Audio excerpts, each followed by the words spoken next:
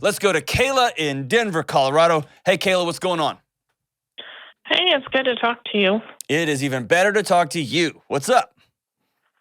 Okay, so Oh, that was a big, deep breath. That was a big breath. it's been a lot. What's up? So, I'm already gonna start crying. That's okay. That's okay. Welcome to the gang. Thanks. I was in a very abusive relationship. I got out and away and safe about 8.5 years ago. Can I stop you right there for a second? Yeah. That is still fresh on you. Yeah. We share a child, so he's not completely gone. But yeah. So your body has to re-experience that bear, that tiger, every day. Yeah. And once a week or whenever drop-off is. Man, I'm so sorry. I'm so sorry. Thank you. What type of abuse? Everything. It started off mental and emotional. It turned into physical. He would take my money, so there was financial there too. Jeez, man, I'm so sorry. I'm so sorry. I finally Kayla. got away when he tried to kill me while I was holding our daughter. So wow. I left. Unbelievable. Good for you. Good for you. Wow. Yeah. Wow, Thank you. So 8 years ago, and here we are. So how can I help today? Yeah. Well, so he's done it again to somebody else. And big shock, huh? Yeah, shocking. Yeah. But so the assault on me when I left was a strangulation, and he strangled this lady too. And she's come to me for help. She also shares a child with him. And so it's caused a whole bunch of, upheaval. I had filed with the courts to restrict his parenting time with my daughter. So one of my questions is how to talk to her about that, because she's confused and misses her brother and this other mom. And then the other question I had was, how do I help this mom without re-traumatizing myself? Ooh, what a mess. This guy sucks, huh? He does. I'm sorry, man. Wow. So, man. Unfortunately, I'll answer your second question first. Unfortunately, I'd stay away from this mess. And it sounds like you are a person whose heart is beating in sync with this other woman. You know what she's been through. You know what the last 8 years of your life have been, and nobody walked alongside him with you, and you want to reach out because you're a good person. You're an empathetic person. You love people. And what I'm going to tell you is you're going to get covered in other people's crap. And there is not a good, winnable solution. There's no reason to participate in this chaos. Okay. Because you found out somebody else that your husband is not a safe person, that he's got a pattern of physical violence, you did the right thing by filing with the courts. That I don't want my daughter around that, because it's just a matter of time before she gets teed up to be the next victim. Right. So good for you, but I would draw a pretty strong, hard boundary between you and what they've got going on in their crazy world. Okay. She needs to obviously get support. She needs to reach out. She needs to get away from that lunatic, and she needs to file the right restraints so that she can protect her son. But that's her responsibility, not yours. Okay. And I know that's hard. And there's something about purpose, and there's something about, I don't want to say revenge, but kind of, and there's something about finally I'm strong enough 8 years later, and now I'm coming back for you. And what I'll tell you is that whole scenario ends up in everybody in ash. Okay. Am I right? Yeah, it kind of feels that way. She's trying to get away, and she's, contacting me, help me, I don't know what to do. And, Call you know, 911. And anytime, I would let her know, every time you call me, I'm going to call 911. okay. And every time you call me, I'm going to call 911. And every time you call me, because they are the folks who can help you. I cannot. I'm not going to put Okay. myself and my baby girl in a position of either me being killed, which he tried before, and my daughter not having a mom anymore and a dad in prison.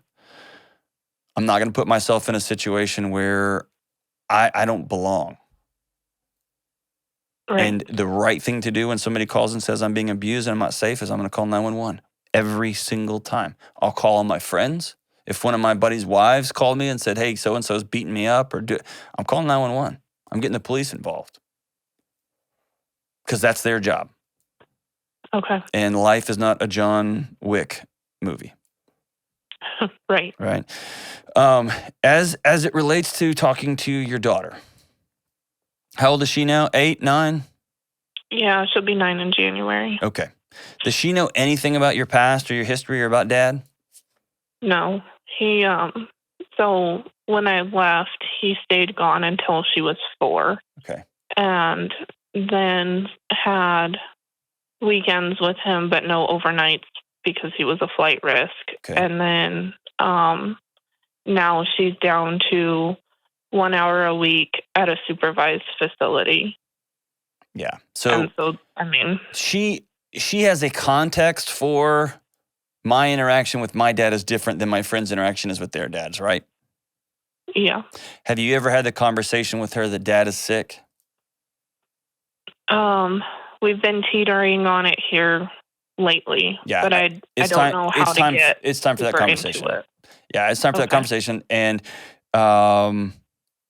whether you all have a family counselor that you work with, or you've got another family friend. Here's what I want. Sometimes when we have a hard conversation with our kids, they immediately shift into fight or flight. And Okay. because they're kids, grown-ups do it too. But they shift into, am I going to be okay? And what did I do? And so often we can have a hard conversation with our kids and they will never circle back to us and ask the follow-up questions. And that's why I'd love to have either a counselor or a friend or somebody that not a 9-year-old friend, but an adult friend, a grown-up friend, an aunt, an uncle, a cousin, somebody that your daughter trusts that will loop back and be able to ask questions. Or you plan for the next 2 months, every Saturday morning, I'm going to do breakfast with her. I'm going to move work around. We're going to figure something out. But I'm going to set up a context so that we regularly interact with one another. We regularly talk about stuff together. And eventually those questions will come up. Does she feel safe talking with you about things like that, or is it a little bit weird? I think it's a little bit of both. Last night she came into my room. I need to talk to you. Mm-hmm. And I've really been working with her, especially here lately, on you have to tell me things. You have to come talk to me.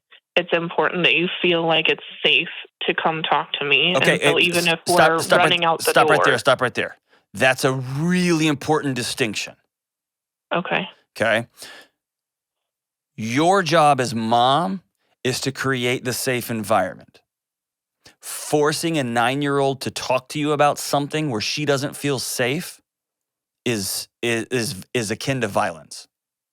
Okay. It can feel abusive.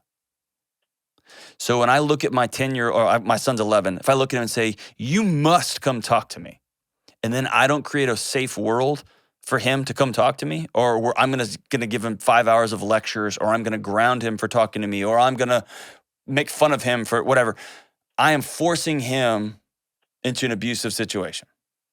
So instead of saying, you have to come talk to me, I want you to say, I want to be a safe place for you.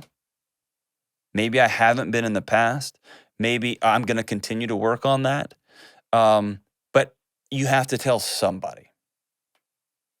And here are 2 or 3 people that are safe for you to talk to. Your school counselor, Aunt Jane, and me. And I Okay. want to give my kids an option. I want them telling somebody. But if their option is telling an unsafe person, which happens to be me, or nobody, they'll pick nobody. And their bodies will respond for the rest of their lives. Okay. Okay? So the best way to do this is to start a regular breakfast club with your daughter. Breakfast dates. Y'all can get dressed up. You can get dressed down. You can only wear pajamas. Make it a little bit wonky and a little bit unique for just y'all. Okay. It can be you're going to get her one piece of fancy chocolate or just something where it's a little bit special. And commit on your calendar for the next 2 months, I'm going to not miss a Saturday. We're going to do this. I'm not going to miss a Sunday. We're going to do this every single week. And we're just going to chit chat. What's going on in your world? What's going on in my world? What are 3 great things? I'm going to bring some coloring books, and we may just sit at Cracker Barrel and color together and not say much on anything. But Okay. she will begin to feel connected to you, and you will hopefully feel, not say, but feel safer. Okay. And it is time to have the conversation. The reason your daddy doesn't need to go into the abuse, but daddy is sick and daddy can be unsafe. That's why these arrangements are the way they are. And Okay. little half brother, he's going to be entering into the same situation soon as well. He is going to also be moving away because his mommy is not safe either. Not that dad's a bad guy, because your daughter is half dad. And if dad's a bad guy, then half of her is a bad person. It is about dad's actions and dad's behaviors. Dad is not well. And sometimes daddy is unsafe. And my one job is making sure you're safe. And you still love daddy, and daddy still loves you. He just finds himself unable to control his behavior, or choosing to not control his behavior, and he's unsafe. And any question after that, like, why, how come it? I don't know, honey. All I can do is love you and create a safe space for you. Let's get a cinnamon roll, right? Or maybe not eat cinnamon rolls, but whatever it happens to be. Don't force your daughter to talk about things that she doesn't feel safe about. Give her options and create safe environments for her. Create safety. It might be that you have an opportunity to model for her and give her a great gift and teach her how to grieve. Teach her how to be sad. I'm sad that daddy's not safe. I would love more than anything for you to be able to run and play with daddy. And it makes me sad. And it's okay to feel sad. And when you teach her that and you give her permission to feel and you model for her what feeling feels like, what looks like, wow, what a gift. What a gift. Man, she's lucky to have you, Kayla. But get out of that other mess. Not your circus. Not your circus.